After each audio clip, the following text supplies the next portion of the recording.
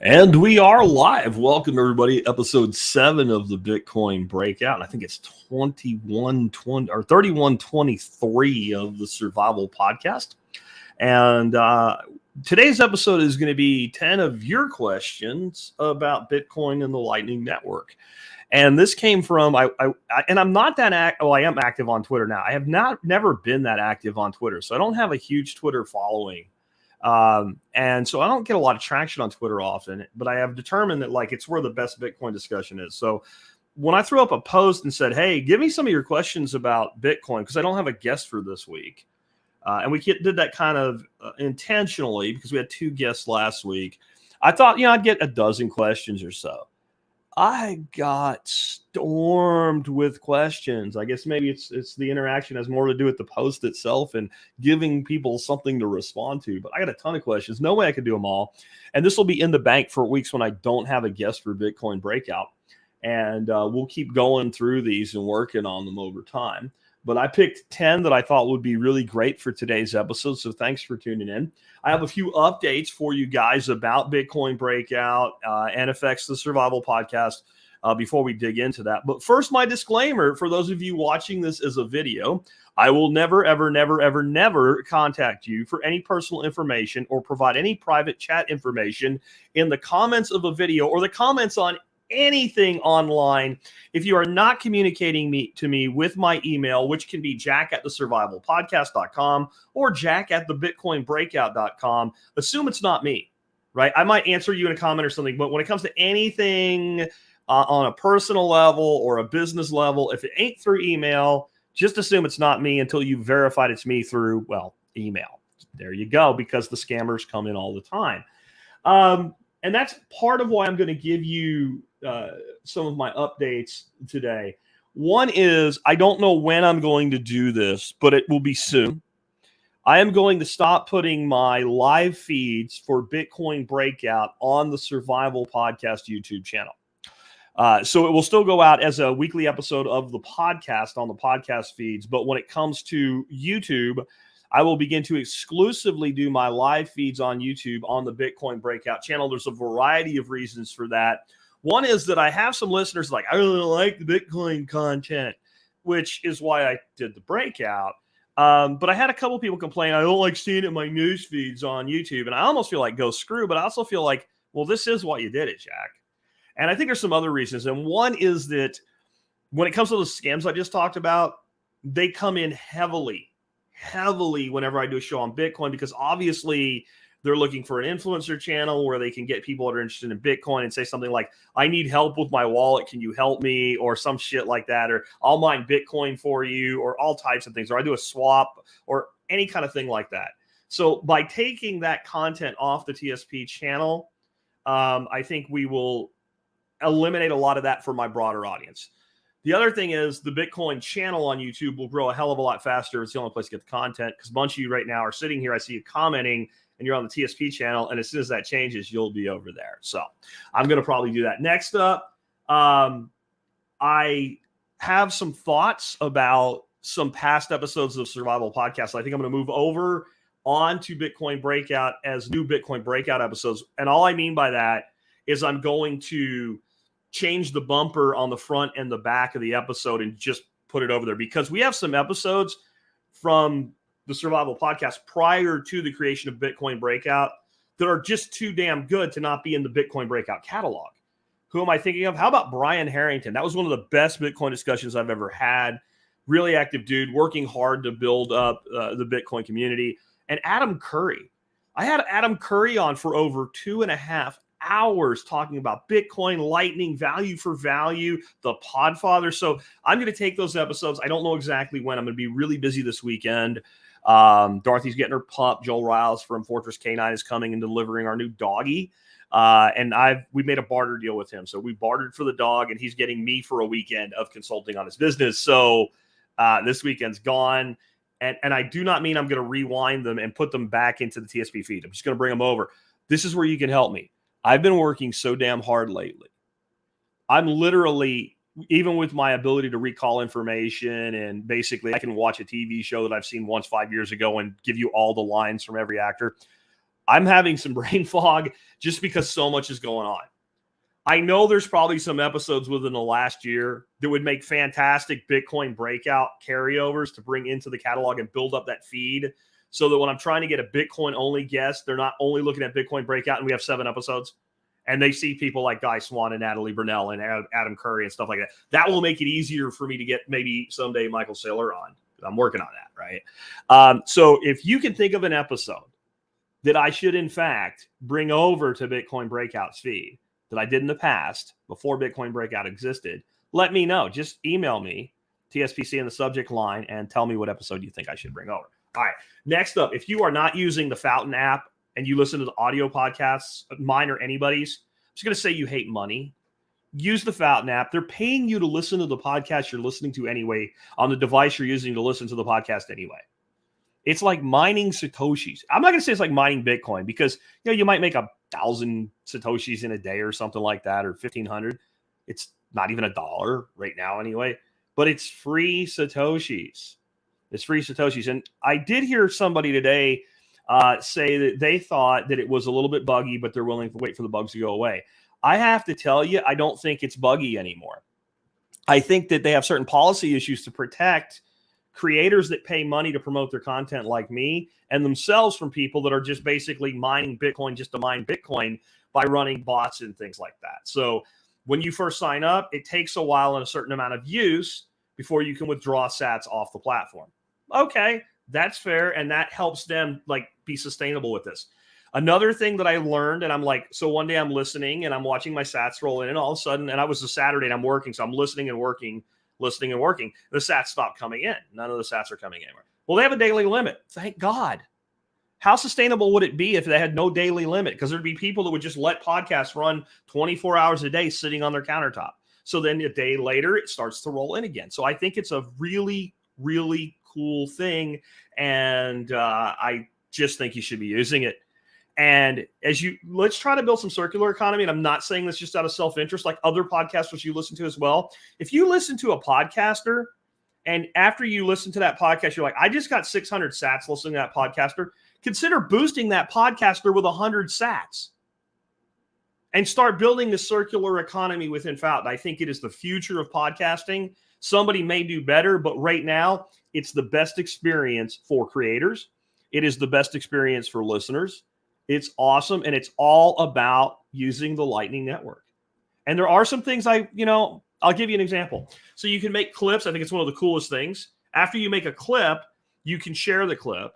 And one of the ways you can share the clip is it literally generates a little video, and you can download the video and upload it to places. Well, all of a sudden, all the recent ones I did are not making videos. Maybe there's some kind of quota, right? Maybe there's some kind of a quota on how many clips you can make and turn into videos or something. It says not ready yet or whatever. Hey, Fountain, if you're listening, tell you what, creators like me, I already bought your $2, $3, whatever it is, monthly premium membership.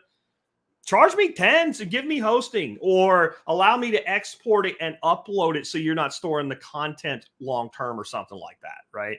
Or, there's a lot of ways you can do this and save server space. So just that. Last up, before we go to your questions, I know this is kind of a long intro, but if you live near Fort Worth, Texas, and you want to have some awesome cocktails tonight in a really cool environment, there is a Bitcoin meetup at a place called Thompson's Bookstore in Fort Worth, and it is called Fort Bitcoin is the meetup group, and it's on literally meetup.com. You can go there and look for Fort Bitcoin. I will be there. They seem like an awesome group of people. I only know these folks through Telegram right now.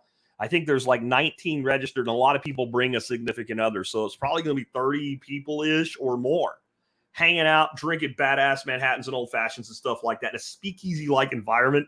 It says bookstore, but it's not really a bookstore. It's a cool kind of speakeasy themed bar, 6 to 8 tonight in Fort Worth. Now, let's get into these questions. There were some of these questions I'm like, they almost sound critical, but they're not. These are people that are beginning to move into this world, right? Beginning to move into this world. And they're discovering what Bitcoin's all about. And as they go through that journey of discovery, it's right that they ask questions. And the more you can tell the question comes from a point of thinking, the more valuable the question is to me. And this first question is wonderful in that way. And the question was basically drilling it down to the nuts and bolts. Does subdividing Satoshis actually make Bitcoin into an inflationary currency? So when I had Brian Harrington on, or I think I talked about it with Brian and I talked about it with Guy Swan, we had mentioned, like, if, let's say the price of Bitcoin goes to $10 million someday, God willing, and I believe someday it probably will, then a Satoshi is $1. $1's worth of value. Okay. You can see where that could be a problem, can't you? What if I want to sell something for $1.50? So we need more fractional units of Satoshis. And the more you get mainstream adoption, the higher you will drive the price of Bitcoin, since it is a deflationary currency in reality. And it's actually slightly inflationary all the way up to the last Bitcoin's mine, because there's a little more every year, but it's a fixed emission and a known rate of emission. And the more, every time, people put Bitcoin in the long term, the amount of circulation declines. You can have what's called a monetary shortage. This has happened, and it's why we ended up with things like bimetallic currency standards. So there was a time, for instance, when a lot of nations here and there that came and went. So it's not one place, but what was used for money was gold. Gold was money. And then in time, you ended up with a problem. Even though the gold was a great hard form of money, especially for the technology of the time, what happens when a couple or 3 or 4 or even 100 entities within an empire are hoarding the gold, and there's not enough gold in circulation for commerce to occur? So what happens? We end up with a bimetallic economy, and we end up with silver. So we have a gold and silver economy to compensate for that. And then what happens? Well, the silver starts to get hoarded. So then there's places where we've had trimetallic economies. Silver and gold and bronze, or silver and gold and copper, because the copper has some value as a metal that can be used to fabricate things and stuff like that. Nowhere near. So then it becomes the least valuable in the chain.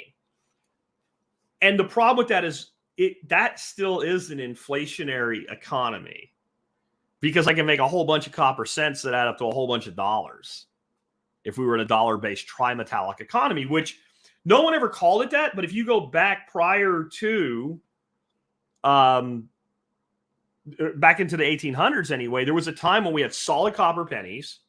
We had silver, 90% silver or higher coinage, and we had gold minted coins, and we had a trimetallic economy.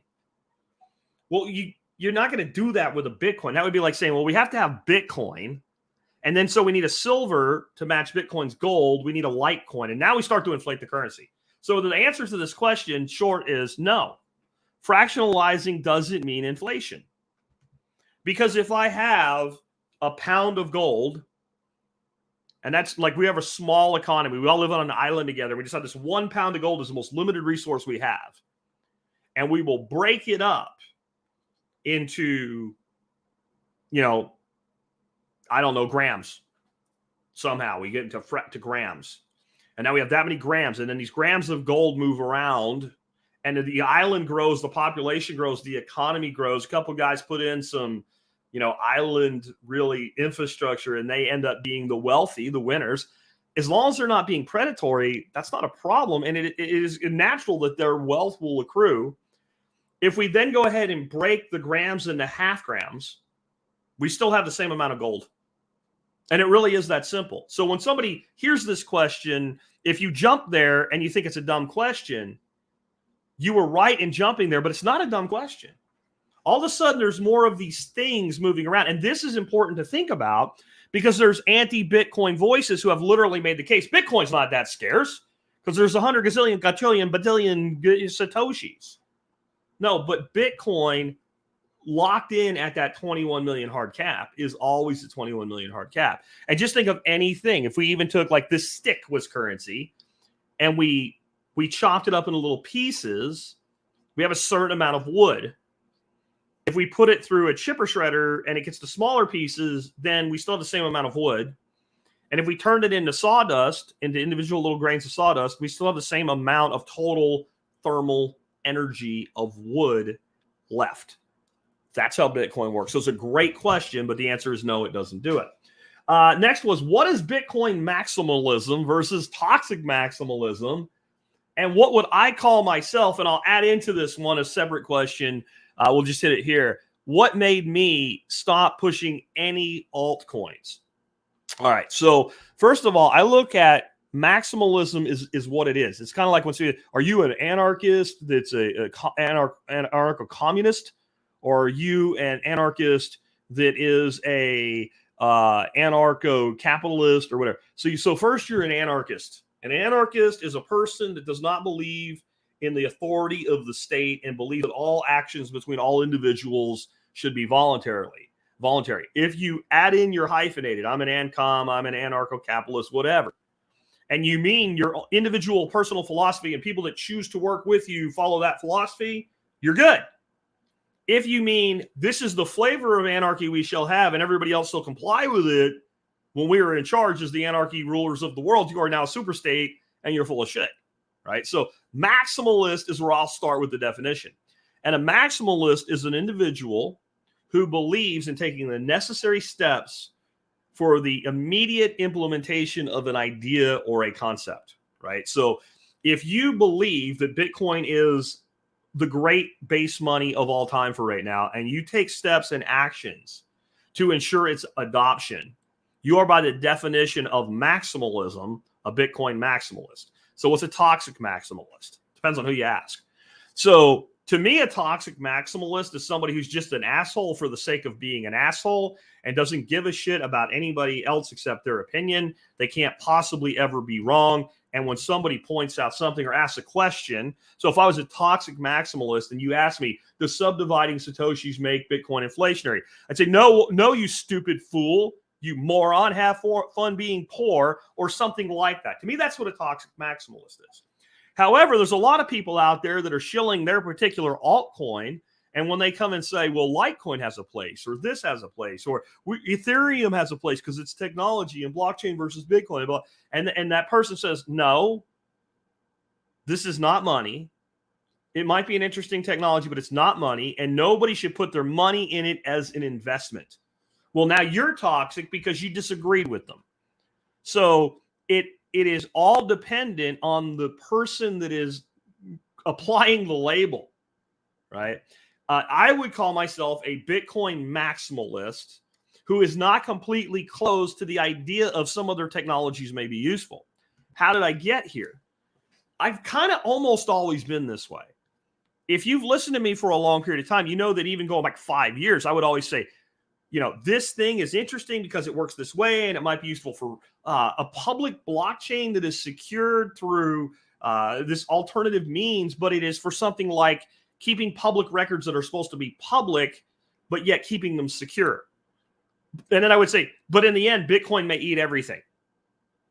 Or this is really interesting because it provides privacy, but in the end, Bitcoin will probably eat everything. So I've always believed, and I've always said, if your money is in anything but Bitcoin, it's on the table at Vegas. And if you wouldn't take it to Vegas and put it on a roulette wheel and say, I'm betting on, I'm betting on black. That's a pretty low risk proposition. It's a little less than 50-50 because the green zeros get you, right? But it's about a 50-50%.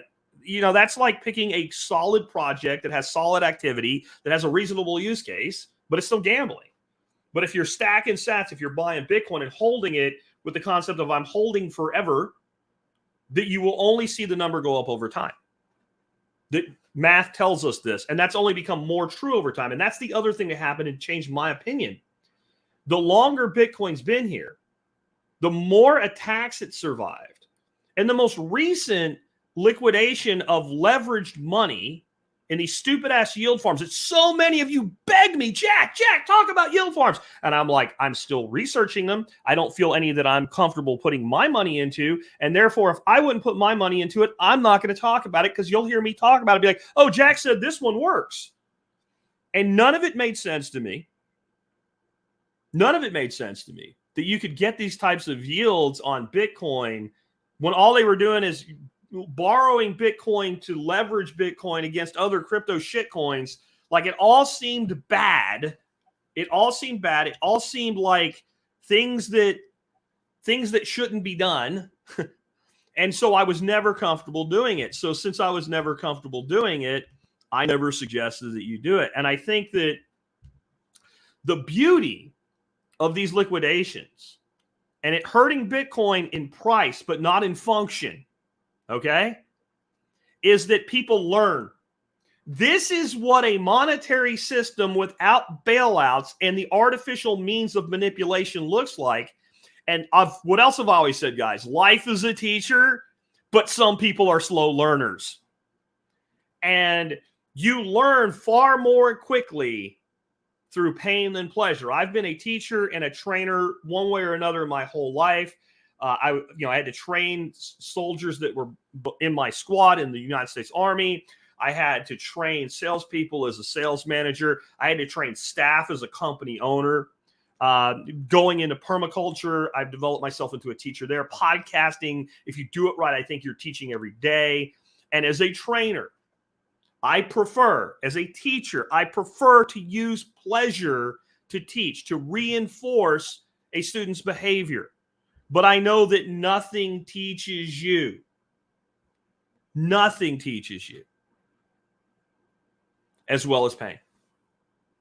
Pain, we remember. If you were ever the kid to put your hand on the hot stove burner, you never did it again. You never did it again. Right?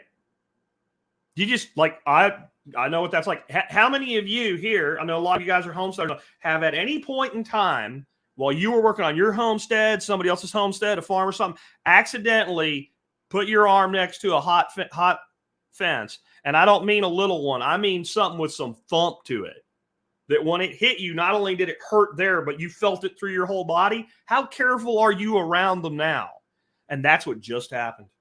All these people that thought they couldn't lose their money, that thought it was safe, that thought it was guaranteed, they got liquidated. They're not going to do it again. And they're going to be called toxic maximalists when they tell the next generation of plebs not to. And Chartreuse is saying from Twitch that some dude said on MeWe he bought $50 worth of Dogecoin because you said so. There's times when a person misunderstands. And there's times when a person is a fucking liar. And whoever that person is a fucking liar. And I dare that person to come here on one of my live streams, tell me he's here, and I'll give him an invite link and bring his fucking ass on here and tell me to my face that I ever told anybody to buy Dogecoin. That is the stupidest fucking thing I've ever heard of my life. And I'd like to know who this asshole is. No, he didn't misunderstand, Chartreuse. He didn't misunderstand. I defy anybody to find any audio of me ever saying anything that can be construed is that you're supposed to buy Dogecoin. I've always said that is the biggest pile of shit ever. I've had people pay me in it, and I've even told those people, because some of them are people that have a bunch of it. And I've told them, just as a service, I will take it. I want you to know it's going to my exchange account. It's immediately going into Bitcoin, and I really don't think, you should. Oh, he said crypto. He finally said crypto. Yeah. Yeah, I never tell anybody buy crypto. Even when I was willing to say, hey, this is interesting, right? And I'm going to talk a little bit about privacy and how that still plays into this some. Well, I'm not willing to write everything off just yet in the future. But I always said specific technologies for specific reasons. And one more before I go forward. Boy, I need to apologize too. Hold on a second. There would be a way this could have happened. So I did once in a Telegram group as a game when the Wall Street idiots were pumping Doge, show how you could flip a currency in a matter of hours. And I did that with Doge. I never told anybody buy it though. So I'm just showing, like, this is like when you know somebody's doing something, if you have a little play money, you can do it. So I will apologize live if that is what he meant, but I never told anybody to buy Doge ever. Anyway, yeah. So another thing that got me to become a full-on maximalist with Bitcoin, is when I would find a tech that seemed like it made sense, you guys would bring me like 5 others. They're just like it. And I would be like, no, they're not. And then I'd look at them and go, yeah, they are just like it. And what really, I think the 2 things that fuels altcoins, one is the ability to print money is the one ring to rule them all. It is too strong of a power for somebody to resist. So I'm starting a tech company. I want to be in the crypto space, and I could implement Bitcoin into my project, or I could create diddly-do shitcoin. And even if it's really cheap, as long as I can get it on a couple exchanges, I can take my piece that I reserve for myself and fund my operation. That's very hard to resist. And God bless the people that have done so, because you've done a lot of good by resisting it. But it's hard to resist. But the other thing is lack of patience. There's so many things we can do with Bitcoin now with Lightning, like Fountain app, for instance, with Adam Curry's value for value, podcast index, all that stuff working together. That I don't know another crypto that can do that shit, right? But 5 years ago, it would have been easier to create a tipping system based on something else because of fees and what have you. So it is. It was seeing all that come out and realizing that some of the stuff that we want to be able to do, the people in the alt space, they talk about it, they say they're building for it, but they're not actually doing it. They're talking about doing it and selling the idea, and then realizing that if you gave it time, it wouldn't be those people that would actually build the technologies that would enable value for value exchange. And I mean that beyond the podcasting stuff. I mean, true value for value exchange, circular economies, like may happen with federated mini mints and things like that, with blind federation and blind issuance and what have you, like being truly a regional, local private banking with full privacy, which we'll get to in a bit. Like, to me, that's what's all going to happen for Bitcoin, because it's where the real value lies. And that's going back to that question. Will pull me in there. All right, let's keep going. Some say Bitcoin is an inflation hedge. Some say it isn't. What is the reality to this? So if you've ever listened to me speak, and for some reason I'm all blurry right now, and see if we get the camera to focus. Anyway, if you ever listen to me speak about permaculture, I get tons of questions. Can you do this? Should you do that? Do wicking beds make sense in this situation? Should I get cattle? Should I get sheep? Should I get turkeys? What should I do? And what do I always start out with, guys that have been listening to me for all these years? What? It depends. It depends. And often it doesn't really depend on so much what's going on the ground, but it depends on what you mean by what you're asking, or what you're willing to do with the results that you're going to obtain. So is Bitcoin an inflation hedge? Which time preference? I say if you're taking money that you're going to save for 4 or more years, and especially if you're doing it by investing over time. So I'm taking my surplus capital weekly. This is money that I'm not putting into my conventional retirement account. I don't have it in my 90-day emergency fund in case I lose my job. I'm not paying my bills with it this week or this month. This is money that I don't have another place to put that otherwise would be sitting as dollars. And I'm going to sweep that capital automatically once a week, once a month, whatever, into Bitcoin. Then it's an excellent inflation hedge, because history has shown so. If you mean there's going to be 8% inflation this year and all this economic turmoil, so I'm going to take all my cash, my emergency fund and all that shit, I'm going to put it into Bitcoin, and I'm going to hold it this year to hedge against inflation this year, and I'm going to rely on it during the year like I would normally rely on cash, then it's not. If you live in the United States of America. If you live in Turkey, even in that instance, it's an inflation hedge. So it depends. And I think we have a lot of really smart people in the Bitcoin space, and that's why I love this question, who are saying Bitcoin is not an inflation hedge. And then 5 minutes later, talking about the long-term time value of Bitcoin and the preservation of value. And it's like, is that what it is, guys? They're saying it's focusing on the microphone. I don't think it is. Anyway, Yeah. I think that's kind of a like confusion the person's having with themselves, right? They're having like this internal confused dialogue. And so that's where I think we are with that. I got distracted by comments in the audience. Sorry there. But I think it is an inflation hedge if your time horizon is right and you're employing it in the right mechanism. So that would be like saying, well, is gold an inflation hedge?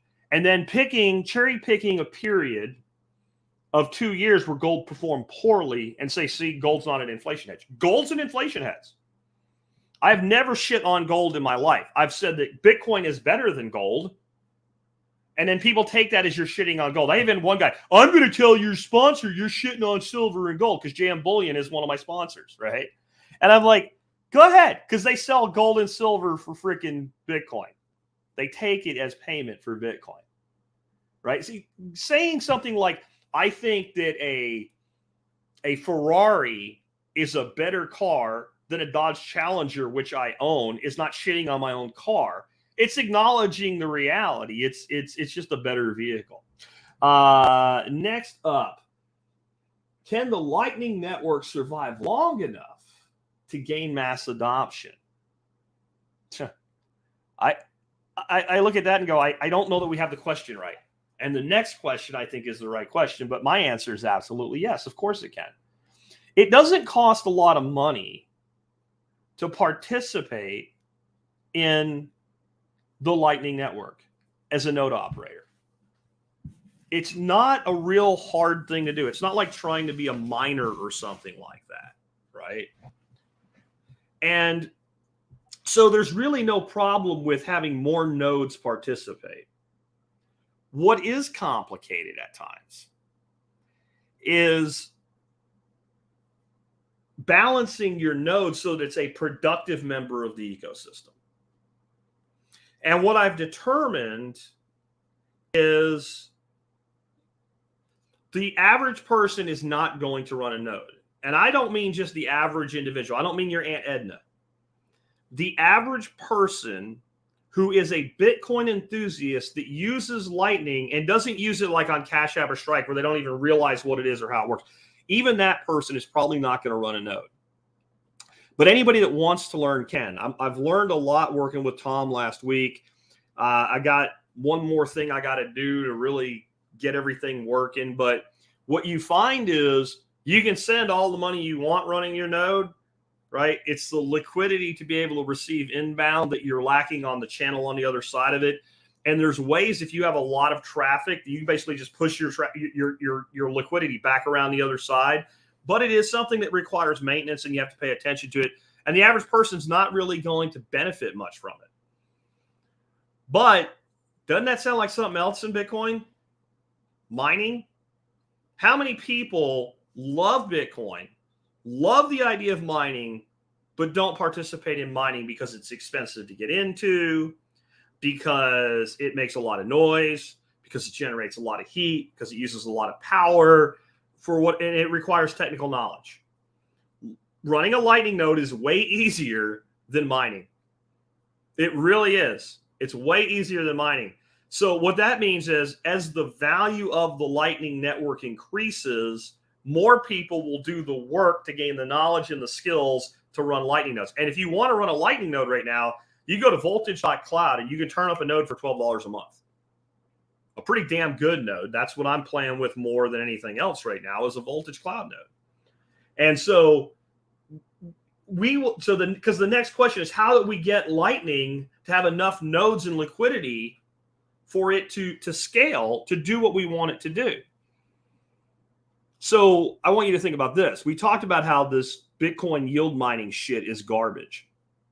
But if you were sitting on, let's say, 20 Bitcoin, and there was a service with a good track record of trust, especially if you could participate in it without giving all your information over to the federal government, might you say, you know what, I'm going to lock up 5% of my Bitcoin, one Bitcoin, as liquidity on this node, and the more this works for me, the more I might consider doing it.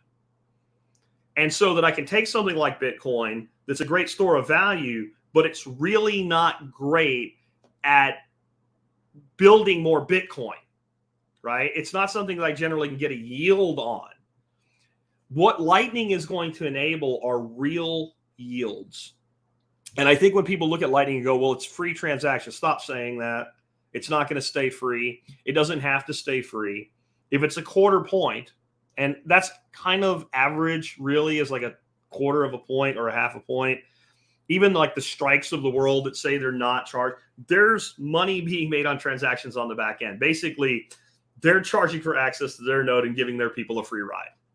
That's how that's working out. That's where that money comes from. So there's money in participating in the Lightning Network, either as a node operator by basically renting liquidity and providing liquidity, or there's going to be money in the Lightning Network by tying up some of your Bitcoin in the network and being able to earn a yield.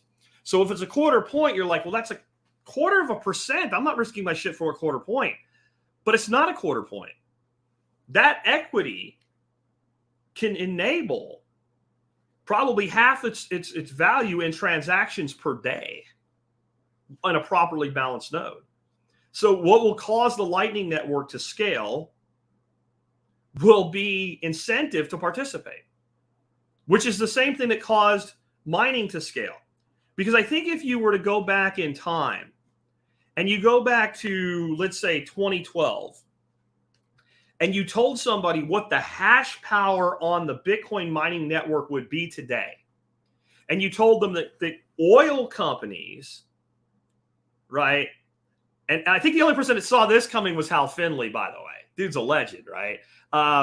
If you told them that oil companies would be mining Bitcoin while they're extracting oil, they would have told you you were high as a kite, that you were smoking crack, that there's something wrong with you, right? And look at it today.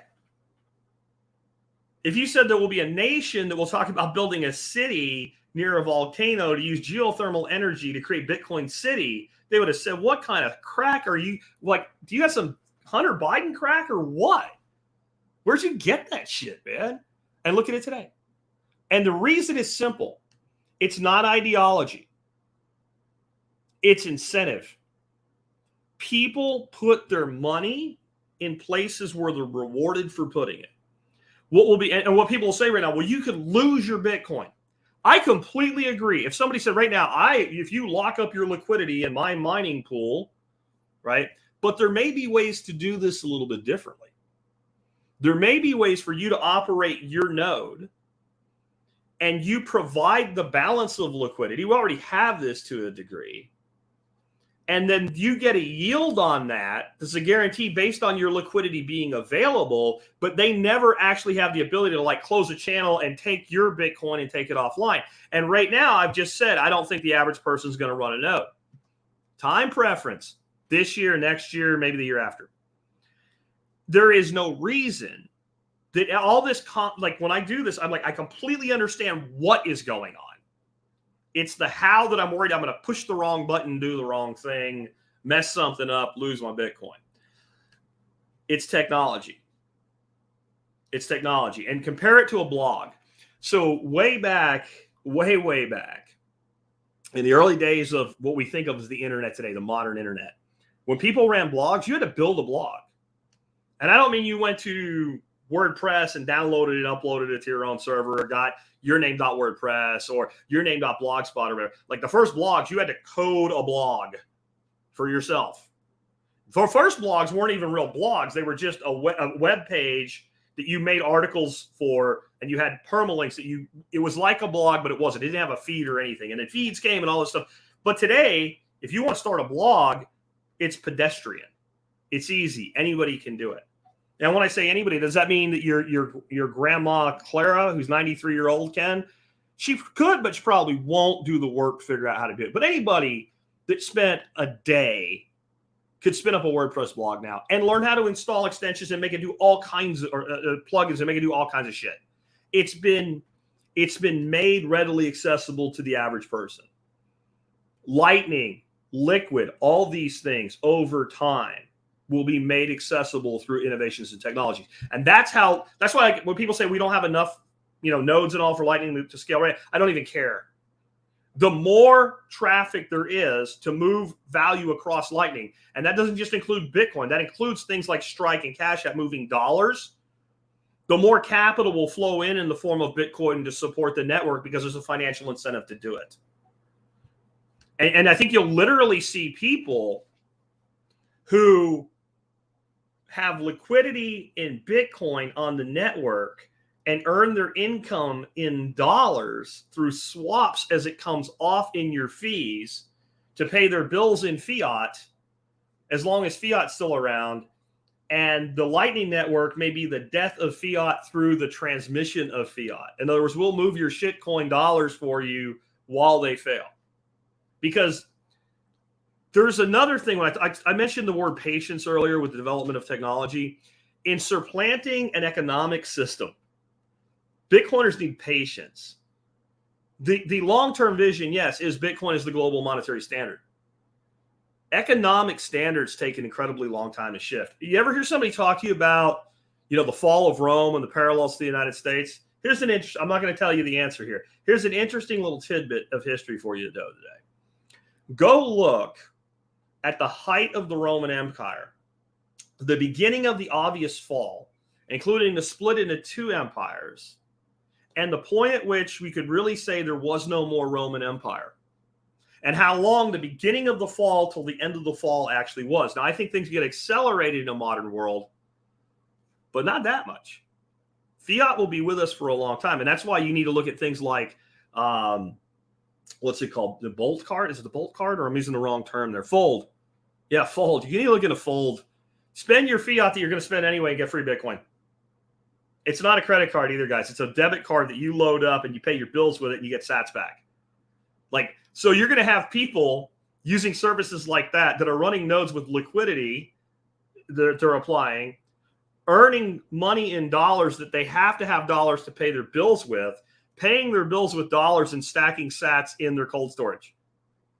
This is the monetary game going forward.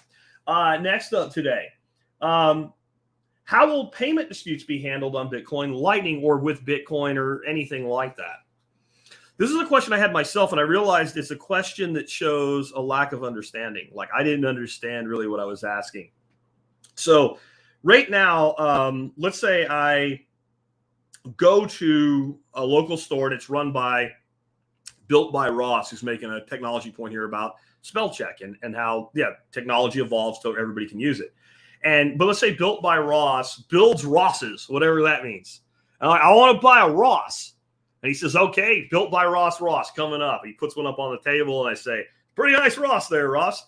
How much does that cost? And he says, $17. And I pull out a 10, a 5, and 2 ones. There's no change involved. And I give him the $17. What does Ross give me? If he's running a typical business, at least if I want one, he gives me a receipt. The receipt is proof of the transaction. So we could have a transaction purely in Bitcoin across the Lightning Network. It could be in dollars, i.e. Strike, dollars turn into Lightning, move across the other side, turn back into dollars. It could be across 2 Lightning nodes, independently run, whatever. We can still have a receipt in that transaction. I mean, Breeze has built a point of sale app into their app so merchants can use their app as a point of sale device. So we can issue a receipt. We'll have a return policy. I have a return policy. What if it has to go to the courts? Well, if it went to the courts, Master and Visa weren't fixing the problem anyway. Did the transaction occur? So I think we already have a mechanism for this. Stores have return policies. Merchants have return policies. And I actually think there's 2 good things to come from this.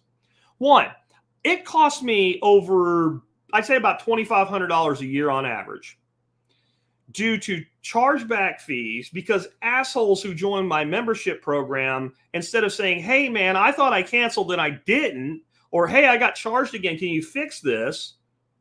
Report me to their report me to their bank and say this guy made a charge against me unauthorized. And I can push back through Stripe or PayPal or whatever and try. But a lot of times, even though I'm like, I will refund this guy. He never canceled. Send proof you shipped it. I can't send proof I shipped it. It's so I end up with this problem all the time. And there's times where I win. right? And then there's fraud cases, right, where, you know, like, I don't mean that I'm involved, but let's say somebody gets a hold of my wife's credit card, and then so there are the merchant account provider, Visa, MasterCard, etc. They assume risk in this. That's part of why their fees are 3%. So fees are high because Visa assumes a risk and provides you an insurance, right? Well, do you think you need that insurance? What if you got to buy the insurance if you wanted it, and you paid for it if you wanted it and you didn't? There's probably a technology to develop there. But why is there a risk? Well, the risk is if I get your credit card number, I can figure out how to charge against it. If I get your Bitcoin address or your Lightning invoice, I can't. I got to get a lot more information to raid your wallet. We already have that problem. So there's not going to be a database of customer account information that can be hacked, because most credit cards, they're not stolen because somebody gets your credit card information. It's because somebody hacks in to some major centralized database and gets a shitload of it at one time. So that risk goes away. But it also says, okay, you paid Jack money and you want your money back. Talk to Jack. Talk to Jack. And then markets market, and scammers don't get more money over time.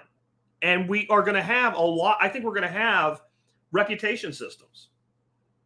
I think we're going to be able to have a lot of privacy in these too about the backside of the transaction.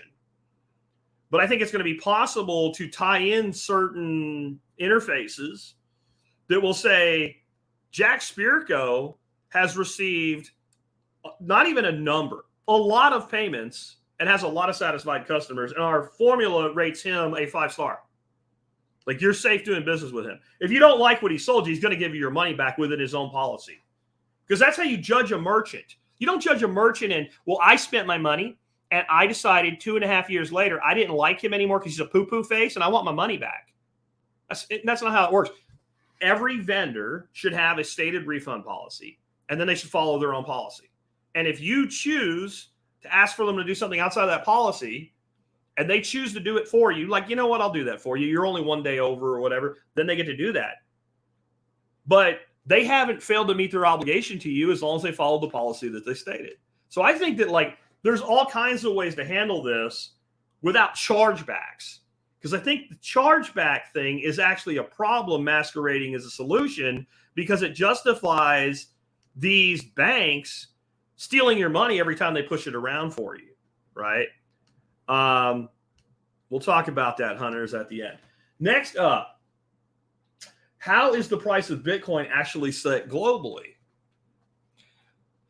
This is another one of those. If you know the answer, you're like, that's not really a complicated question at all. But I want you to think about it from the viewpoint of the person that's just getting into this and says, Bitcoin's 19.9 today or whatever it is. I don't know. Let me pull it up real quick here and see where is the Bitcoin price, because I don't always people constantly refreshing or whatever. Don't bother me with your pop-ups. It is 19.876. Well, I was close to my 19.9. So, but just a few months ago it was $30,000, and then like a year ago it was like 60, and then like several years ago it was 3. And I can sit and I can refresh, and I can watch the price literally change by the minute. Who says so? This is what we call, in any commodity, price discovery. The market decides the price. It's based on how many people are willing to sell, how many people are willing to buy, and what price they're willing to work out in between them. And this all on exchanges happens with a lot of automation. So if you go onto an exchange, it's more of a true trading exchange, where you see bids and asks. You'll see that there's people, they're offering X, and there's people asking Y. And somewhere those two worlds come together. And because we live in this amazing interconnected world today, these exchanges actually have the ability to put that information out in real time. This is our trading desk. This is what's happening right now. And if you go watch one, it's kind of fascinating, actually, just to watch. Even if you don't fully understand what's going on, to just watch orders come in and get filled, orders come in and get filled. And then those exchanges are amalgamated across the world, and it sets a general overall, I expect at this time to pay about this much. It's exactly how stocks work, except stocks might be confined to a specific market or something like that more so. And it is absolutely the case that Bitcoin may trade for a bit of a premium on exchange Y and a bit of a discount on exchange X. And there are people that arbitrage that. And as long as they can move fast enough between their book orders, they're able to skim every day. High frequency trading, just like the stock market. It's not really that much different. In fact, in some ways, it's easier because it's less regulated. And a lot of these people doing leverage, that's what they're doing, because even if you have that arbitrage play, the transactions have to clear.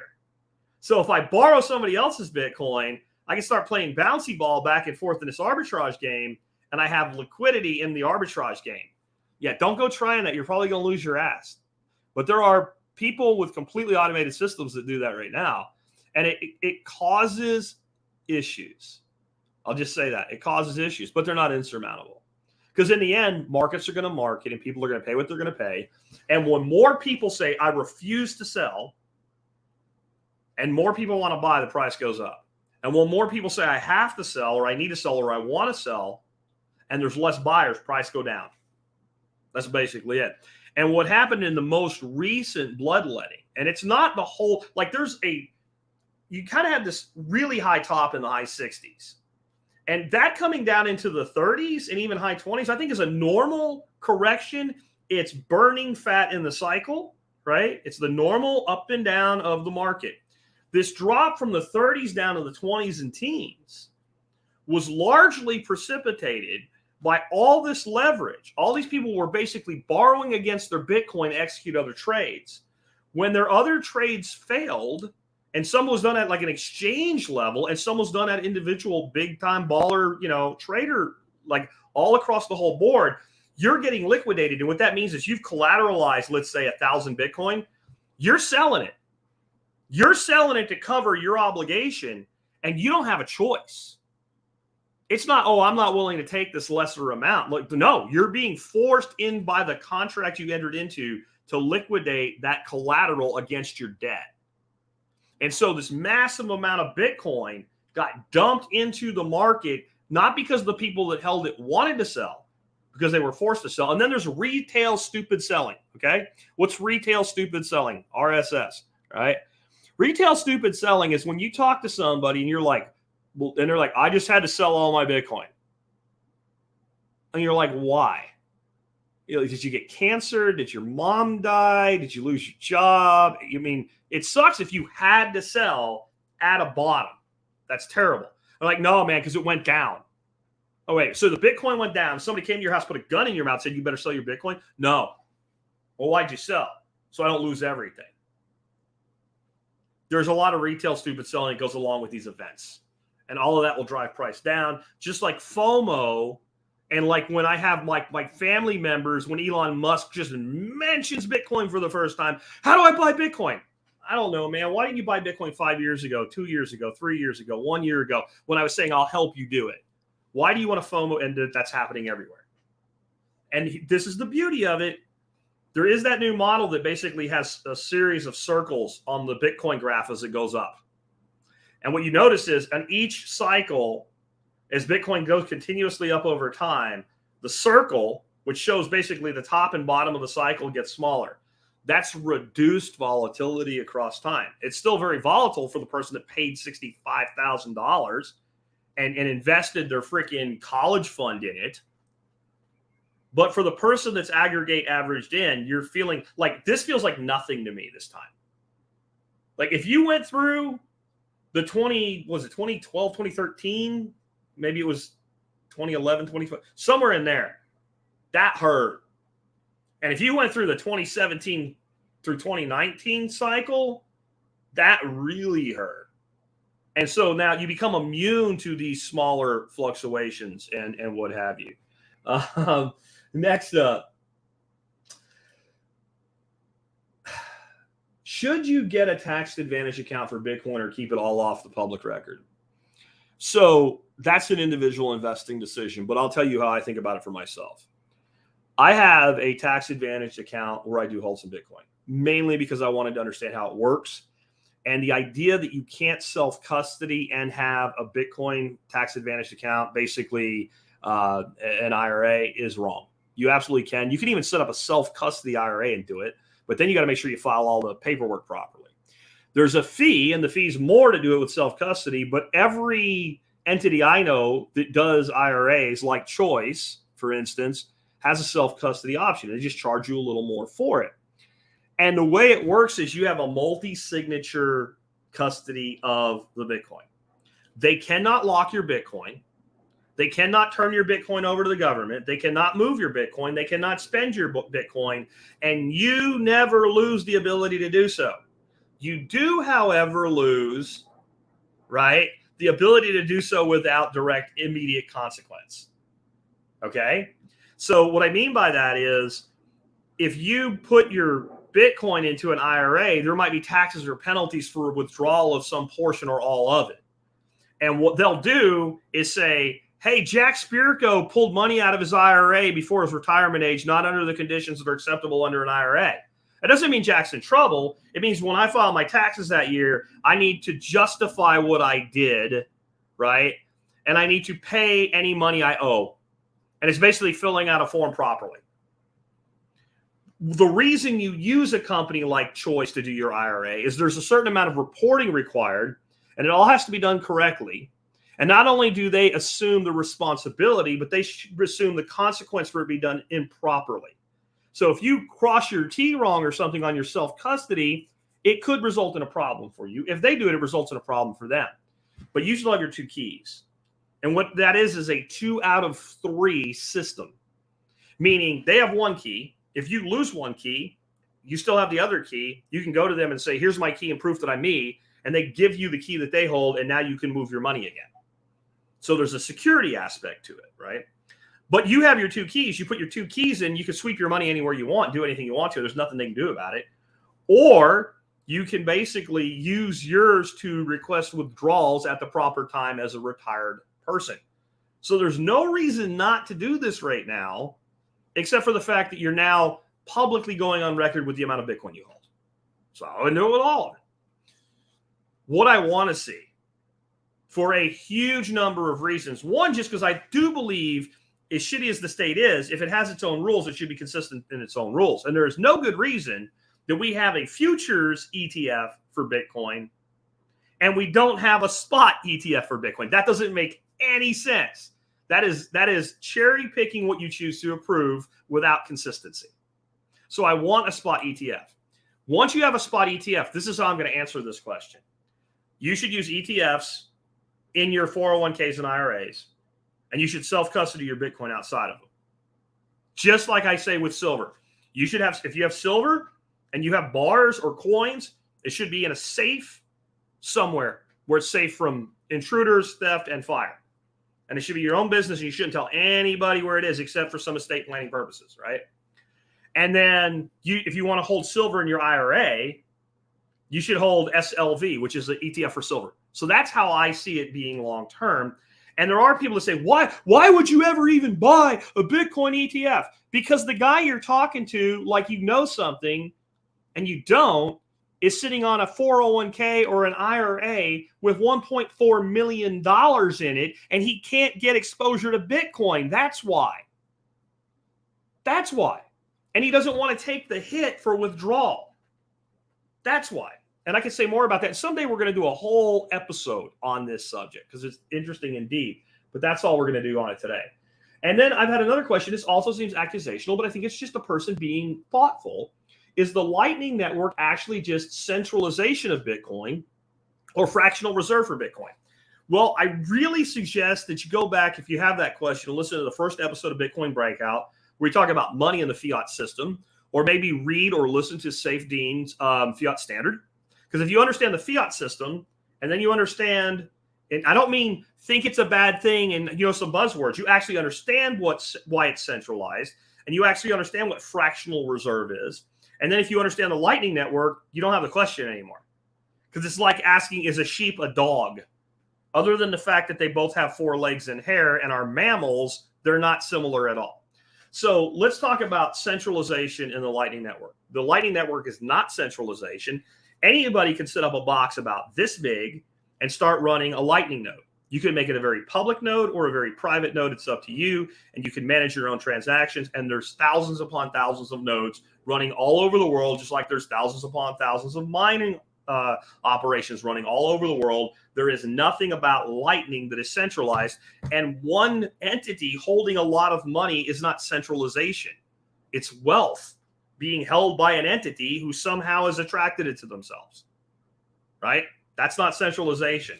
And the fact that if you are on the Lightning Network running a node, and let's say that you are providing liquidity to a counterparty so that they can move transactions, you can close that channel at any time and sweep that wealth back into your side of things, and you can take it back off chain anytime you want to. So it's not centralized. Fractional reserve. This is where, like, it's not. So I think that you could make the case that centralization on Lightning, saying that compared to the United States Federal Reserve centralizing monetary control and creation, that's a sheep to a dog. Saying that Lightning is a fractional reserve system, that's like comparing a dog to a fungus. They're both alive, and that's it. They both occupy planet Earth. I was listening to a talk show one time, and it was like a couple arguing about shit, and like the host said something like, "What is your relation to each other now?" I think it was Dr. Phil. And the man said, "We are two people that occupy planet Earth at the same time, and that is it." That's the relationship of fractional reserve to Lightning. Fractional reserve is the ability to create more of a thing. In this case, dollars. It could be euros. It could be Great British pounds. It is the lending of a thing, and the act of lending actually inflates the supply. There is no expansion in the supply by putting liquidity on Lightning. It is just the locking up of sats or Bitcoin, and it moves around, and it enables other value to move across the network. So without lending that creates the issuance of new currency, you don't have fractional reserve. And Lightning doesn't do that, and there's no way to do that with Bitcoin because you don't create more Bitcoin with Bitcoin. There's no way to do that. You have a fixed, non-negotiable 21 million cap forever and a day. Next up, will we ever have 100% private Bitcoin transactions? And this is what keeps me from saying any use of any other crypto is just stupid, and the person doing it should be beaten with a bamboo stick while they are hung upside down from a tree, like your toxic maximalists or some form of that. It's one of the things anyway. You know, there are other technologies. The fact that they're crypto is not really what might interest me in them. The fact that they're technologies, maybe they can do a thing. Most of them, I think, will never do the thing. I think a technology and a crypto are not the same thing in most instances.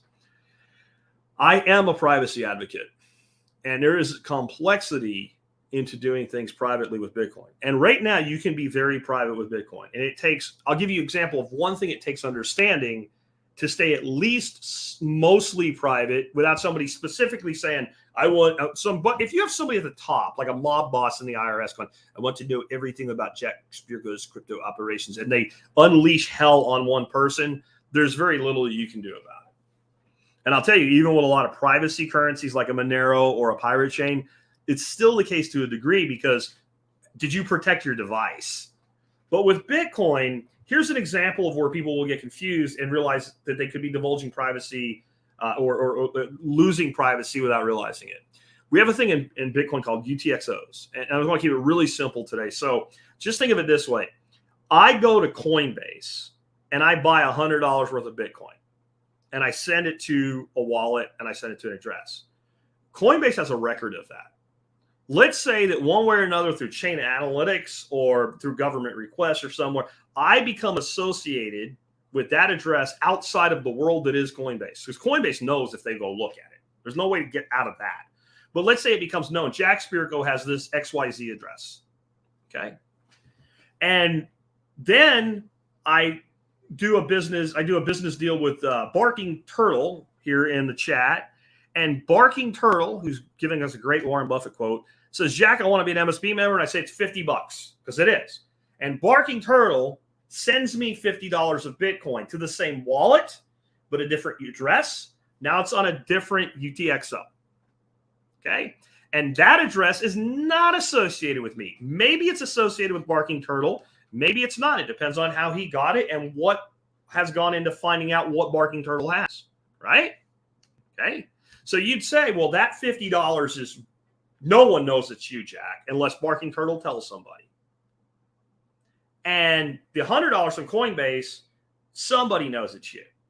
Now, Liberty Meat Solution starts sending boxes of his amazing jerky out. And I'm like, hey, Liberty Meat Solutions, I remember your jerky. It reminds me of my deer jerky when I was a kid. And I want some. And he says, how much? I said, I want $150 worth of it. He says, cool. With that much, I'll ship for free, $150 charge.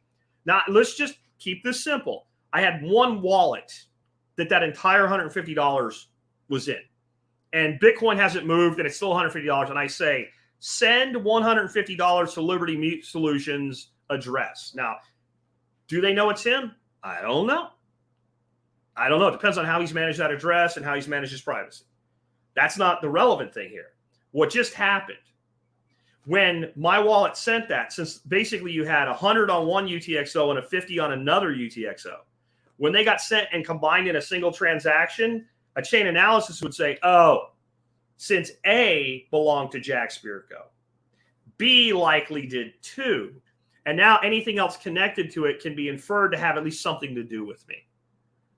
When you understand that, you understand how complicated privacy on Bitcoin really is. And people would say, just use Monero or just use R. Well, if you're not using VPNs and a bunch of other shit, again, if they target you, and that's one of the things we need to understand about this whole privacy issue.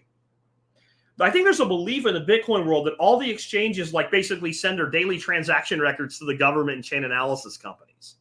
I don't think that's the case. I really don't. It's not that I don't think they would. I don't think that it's in their benefit to right now anyway. And it could be in the future, who knows?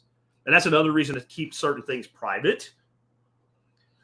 But I think there's a lot more there's a lot more anonymous nature to Bitcoin right now than a lot of people think there is until you're zeroed in on for a specific reason.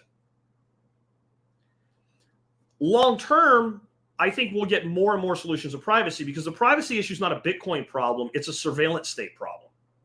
And all the surveillance state authority that has been gained specifically since 9/11, it really started to ramp up after Oklahoma City bombing in, what was it, 96, I think, 95 or 96. But then 9/11 came in and then tons of it, and it's been added on to since the original Patriot Act. They'll never give back that power. They'll never get rid of the data center in Utah. They'll build another one. They'll never stop spying on you. They'll never stop having cell phone agencies collect data on you. They'll never get rid of the unholy alliance between companies like Amazon and Google and Facebook and their report. They will never give this back to us. But technology will restore privacy. Digital privacy. Technology like my Start 9 box over here. And we're not there yet. But again, we're in one place that I don't believe the state can win an arms race is technology. People who are really good at development by nature tend to have an anarcho bent to them, even if they're not anarchists. And the fact that a person who's really good at code and development can compete with somebody sitting, in a government seat where they're paid $200,000 a year or $300,000 a year of your money and actually can win that. And then you multiply that across the world and you go into an open source model. And this is the problem the state has. The state will never sanction and endorse developing their shit in an open source model. And people like us, we actually want development in an open source model. Because an open source development doesn't mean that I can figure out how to get around you. It actually makes it harder. If the government really was smart, they would be doing development with open source for things like this because more people, more eyeballs can find more flaws. So I think that will get applied more and more to Bitcoin. And this is one of those things. This is how I see this. Way, way back in the day, before you knew who Jack Spirko was, even if you are a TSP original gangster, you've been here since 2008 when I started. Way before even that. I used to have a blog, a technology blog called Comtech News. And I theorized about how the music industry would change. And I said, this is how I see the music industry changing. And basically, that artists would have their music listed in a catalog and nobody would buy music anymore. They would They would pay a subscription fee, and artists would be compensated based on how often the subscriber listened to their music, and that there would even be monetization where things would work like, if I really like 70s classic rock, I like Kansas, like a modern band that's like, we kind of sound like Kansas. They might actually pay a fee so that they would show up in my feed, and then I would hear them and decide if I like them or not. And you have basically, and I said it would all be browser based, and this is the analogy here. Well, when I was saying this, there was no such thing as an app. There was no such thing as a smartphone. People listened to music on iPods and Zunes and like creative MP3 players. That's how long ago this was. And I talked about how it would completely destroy the record companies unless they got on board, like Sony, BMG, etc. Or they'd have to go into other forms of entertainment, right? This is on the Internet Archive. You could probably find it if you look for it hard enough. And the only thing I got wrong was the means of delivery, because I said it would be a browser-based system. Like Groove Shark, by the way, I'm just saying, which finally got put down for being an unlicensed way that music was distributed, but it would be browser-based. Tell me it's not Spotify. Tell me that's not Spotify.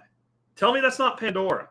And as far as like discovering new musicians, if you use Pandora, check this shit out. Build your station and then check. There's like curated mode, there's deep cuts, and there's fan favorites and shit like that. Other people that listen to your music, these are some of their favorite songs, and it changes the new music coming in so that you can build channels that are better and more suited and have more depth in them and things like that. It's the same thing. This is how I see privacy in Bitcoin. We will develop technologies over time that more and more obfuscate our holdings to make it to the point where you might think you know, but you can't be sure, and you damn sure can't prove it in court that I really own this or you really own that. Here's the one upside that they have, though, that I don't know how this will ever be solved. If they can prove that I ever held this specific Bitcoin on this specific address and it's not there anymore, they can say, well, if you sold it, Mr. Spirko, you owe us money now. So you need to prove to us that you still have it, so you need to disclose its location. That's the one I don't know exactly how we'll solve that. That's actually the hardest one. If they know what you had and it's not there anymore. That's the most concerning one, because you get into tax issues then. However, there is, at least in the United States for now, a perceived right to privacy. So we'll see how that goes. That's all I got for you guys today. Hope you enjoyed it. Let's go ahead and hit a few of your feedbacks here. Fortress K9 says, Jack, can't wait to get to your place, packing tonight and heading to you starting tomorrow. Can't wait to see you too, Joel. We've been looking forward to it. Joel at Fortress K9, you guys should really check him out. He does protection dogs and obedience dogs, and he also does straight up, you can just get puppies from him. And he's a really great dude, and I've got to hang out with him. I think I got to hang out with Joel more this year than I've hung out with him since I met him 10 years ago. So he's coming in on a barter deal. And you really should come check him out. Built by Ross says, I made about 10K. I think he's trying to say flipping Doge. I don't recall you ever saying to buy it. No, I never said to buy it. I don't tell people to trade. I don't give people trading advice. I did do it in a closed, somewhat Telegram group. Only my people, and with an understanding of, and this was right when the Wall Street, whatever the hell it's called, idiots. Like, it was right after they got done pumping GameStop, and it was known that they were going to pump Doge, and I was very conservative with it. I think I was buying at like 4 cents and dumping it at 10, and I did it like 3 times over a few days, and I took like $1,000 and I turned it into like 6 or 7.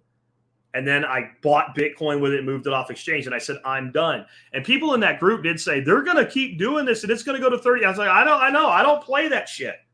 Like, this was so early into it. It was obvious it was going to happen. And the $1,000 was not my money in a way yet. It was like the house's money. So I do referrals to different exchanges and things like that. And I get paid in Bitcoin. So this was like my monthly clean out of my referral income. And I'm like, yeah.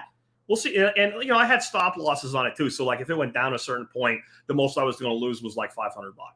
So I don't teach that. And I honestly don't do it anymore. I used to do it quite a bit, and I kind of did it in that one instance to show off. So where I flipped out on that guy, if he was in on that, if he saw that, then then I guess that could have been misconstrued. But if he says I said it on MeWe, he's out of his freaking mind. I never told anybody to buy freaking Doge.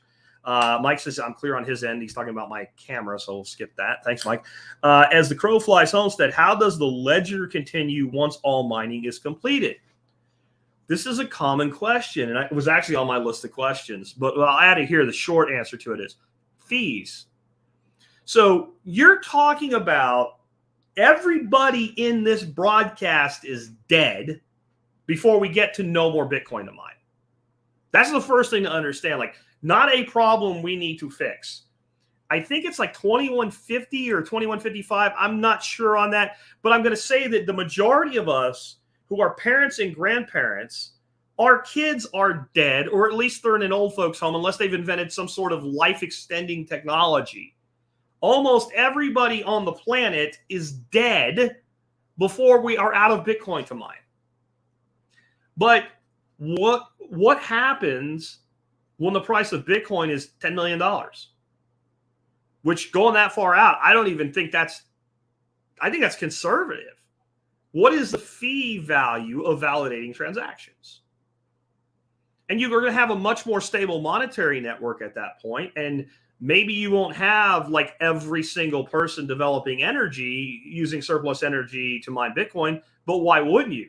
In fact, don't you get to a point after a long enough period of time when you develop enough of these energy projects that it doesn't matter if you make less if the energy is cheap or free, as long as you're in fact, what if you're losing money? I want you to think about this.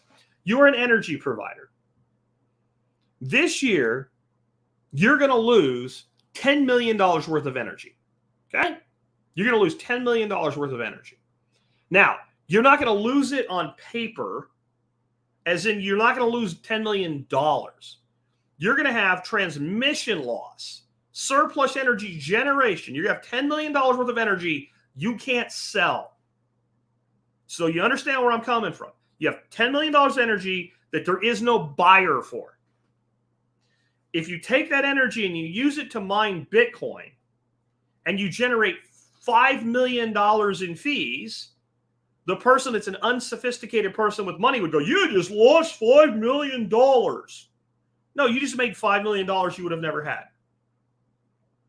Even if you were going to lose $10 million in capital and you use it to mine Bitcoin and you end up losing $5 million, would you rather lose $10 million or $5 million? So I think this is a non-concern due to time horizon.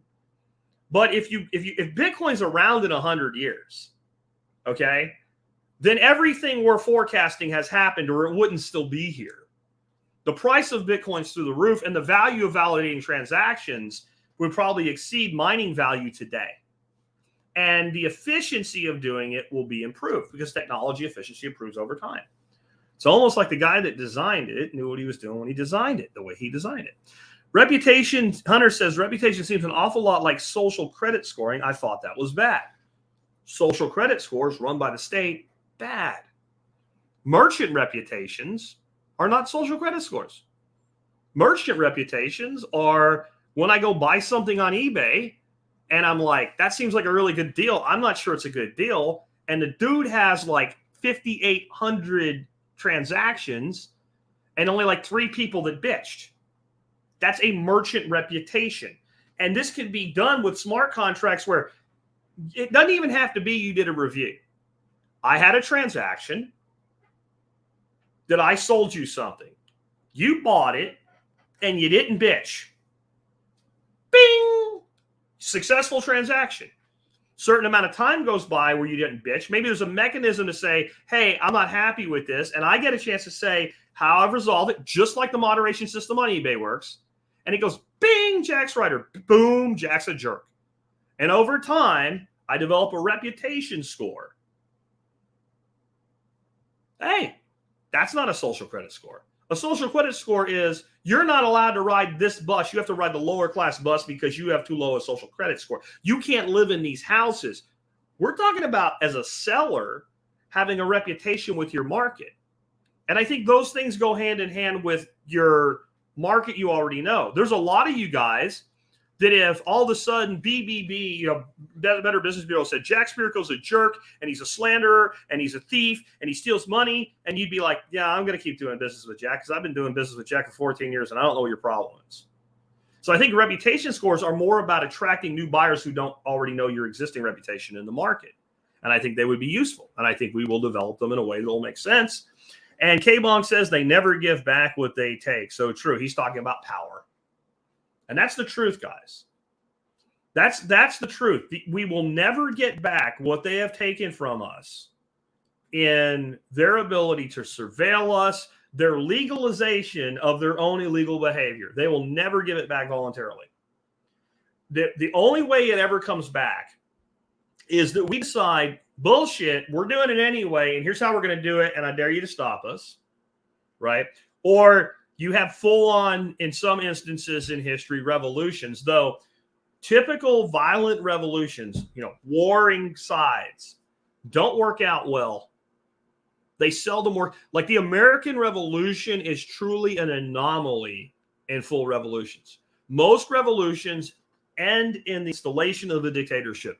Go check that shit out and read about it. So revolutions that are more about behavioral revolutions, becoming ungovernable, traditionally work a lot better to wrest power away from authority. So it either takes that, or it takes the conditions become untenable. The government knows I can't continue this way because we're going to lose power. So I would say a lot of the restrictions on the COVIDs in the United States weren't because the government's like, gee, guys, we were wrong and we should put things back because we're nice guys. And we didn't really do this to take away power and exert control. They went, shit, the whole place is going to erupt into a firestorm of shit, and we're going to hang from light poles, and we probably shouldn't do this anymore. And there's still some of them dumb enough to try, right? And there's some places still in the world where they're still locking people down and shit.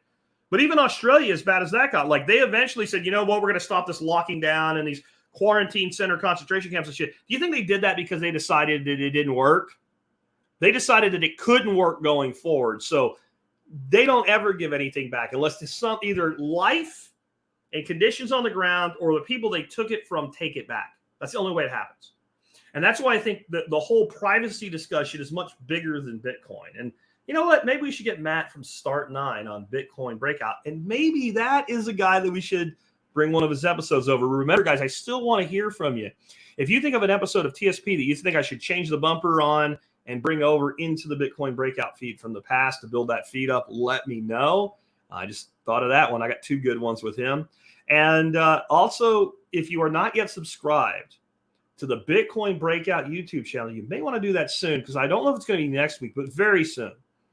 The streaming on the TSP channel will only be the non-Bitcoin Breakout shows. Thanks a lot, and I will catch up to you again tomorrow with another episode.